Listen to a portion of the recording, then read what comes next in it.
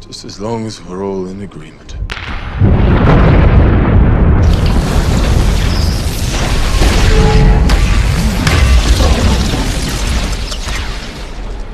Let's kill him properly this time. Welcome, it's Alex here, and now we're back to our regularly scheduled programming, back to reality, back to what we can usually somehow afford. We're here with Marvel Legends from the Infinity Saga, our melted ice cream Viking god, Thor. Got this Thor from my local Toys R Us via online shopping for $34, higher than the usual retail from US, but at least haven't fed the scalpers. They can have their stocks. Everyone knows who Thor is at this point, those who have followed this arc in the Infinity Saga, and even for casual MCU goers that don't necessarily read or have read Marvel comics before. Son to his Aesir father, Odin Allfather, and Vanir mother Freya, heir to the throne of Asgard, brother to Angela, lover to Amora the Enchantress, and Jane Foster, who became the female Thor. Fueled by rage and vengeance, armed with Stormbreaker and Mjolnir, Thor steps onto the battlefield to face Thanos one final time. So same, with the recent Infinity Saga releases, we have a mighty fine looking packaging up front. On the side, we have the badass looking mural of the heroes that we've seen so far from the MCU. We have a lot of stuff going on at the bottom, while nothing much on top. And at the back, another mighty fine movie poster of Endgame showing our heroes as well as Thanos in the background, and the quick bio that I read earlier for the character introduction. Now let's get this thing open.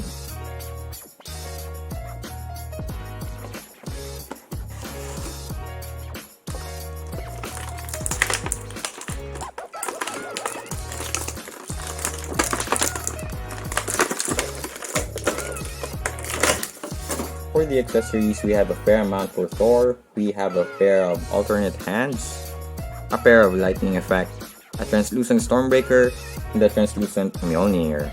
I understand that some might not like the translucency of the main weapons, however it's fine with me since this is the first time that I've ever owned an MCU Thor, so the Mjolnir and Stormbreaker for this Thor doesn't really bother me at all. But for the people that already have the older Thors with the same accessories, of course you can go ahead and interchange them with the translucent ones and just add the electricity effect for your endgame final battle diorama.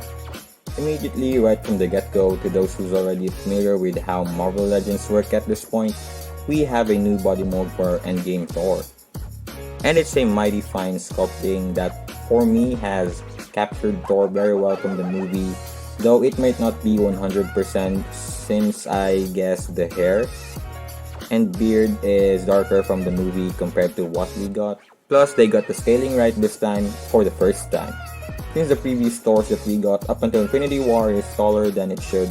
However, I don't have the older Thors ever, so I won't be able to show them side by side to compare their heights. The head sculpt looks much like Hemsworth. The almost Rasta-like hair and braided beard is really badass. I really like how they made Thor's look like this in the movies. It's kind of funny but badass at the same time. I like how his beer belly correlates with his armor, still having the melted ice cream loop. While in this getup, I really find that funny as well. The weaving on his arms, they look really good. Of course, we have the pinless elbow joints utilized for Thor as well as pinless knees. The legs look fine, nothing much going on down there. And I really like the combination of black inside and then red outside for Thor's cape. For the articulation, the head can only look up this much because of the hair, down only that much as well because of his beard.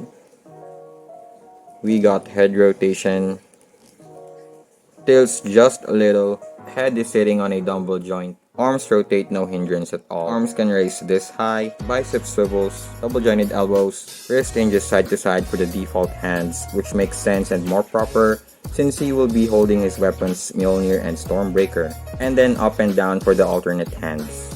Ball joint inside the diaphragm cut can do a circular motion, side to side. Ab crunches forward only this much, can lean this much. We have no waist swivel, or can kick forward this high, can kick back this much. He can do the splits very well. Of course, we have a thigh swivel, double jointed knees that can bend very well, no boot swivel, foot hinges forward, back just a little, and we have an ankle rocker. Thor stands at about 6 3/4 inches tall. I really don't have many MCU characters in my collection, but I do have the Mark 85 and America's Ass Cap sculpt that is also out of scale with every Legends side by side with our Endgame Thor.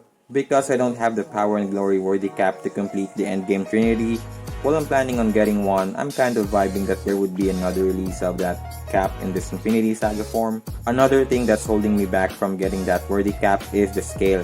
That cap is smaller than it should be compared to Mark 85, which if you rewatch the final battle scene, Cap is actually taller than Iron Man, even armored up. So I'm kind of wanting Worthy Cap to be re-released with the same treatment as the Infinity Saga Infinity War Captain America, which may or may not happen, but we'll see. Next, we have Winter Soldier, Stealth Cap, and Ant-Man. After that, we have characters from the comics related to Thor, his sister Angela, and love interest at some point, Amora the Enchantress. Man, these Asgardians are tall. Jane Foster and from 2015's All-Father Wave, Thor.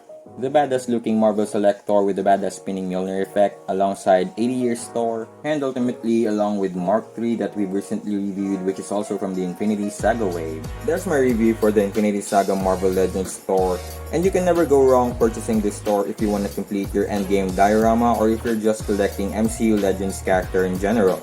Me, I only collect Comic Legends characters with a few exceptions of MCU characters from time to time. Just like this Thor figure right here, I really want to at least complete the Trinity from that final battle scene because I could never say enough of how badass Thor looked like this in that scene. I was so surprised because I thought he was gonna go back to his macho form after the transformation or just fight Thanos in his sweaters, and like I said, it was really funny at the same time. So for most Legends collector, I guess you're gonna enjoy this figure much like I did. Even with a higher price point of $34 locally and I guess $25 to $30 in the US, it's still a highly recommended purchase for me. There you have it. Please click like if you like this video, subscribe if you like watching Marvel Legends action figure reviews and other stuff, and as always, thank you for watching. I'll see you on the next video.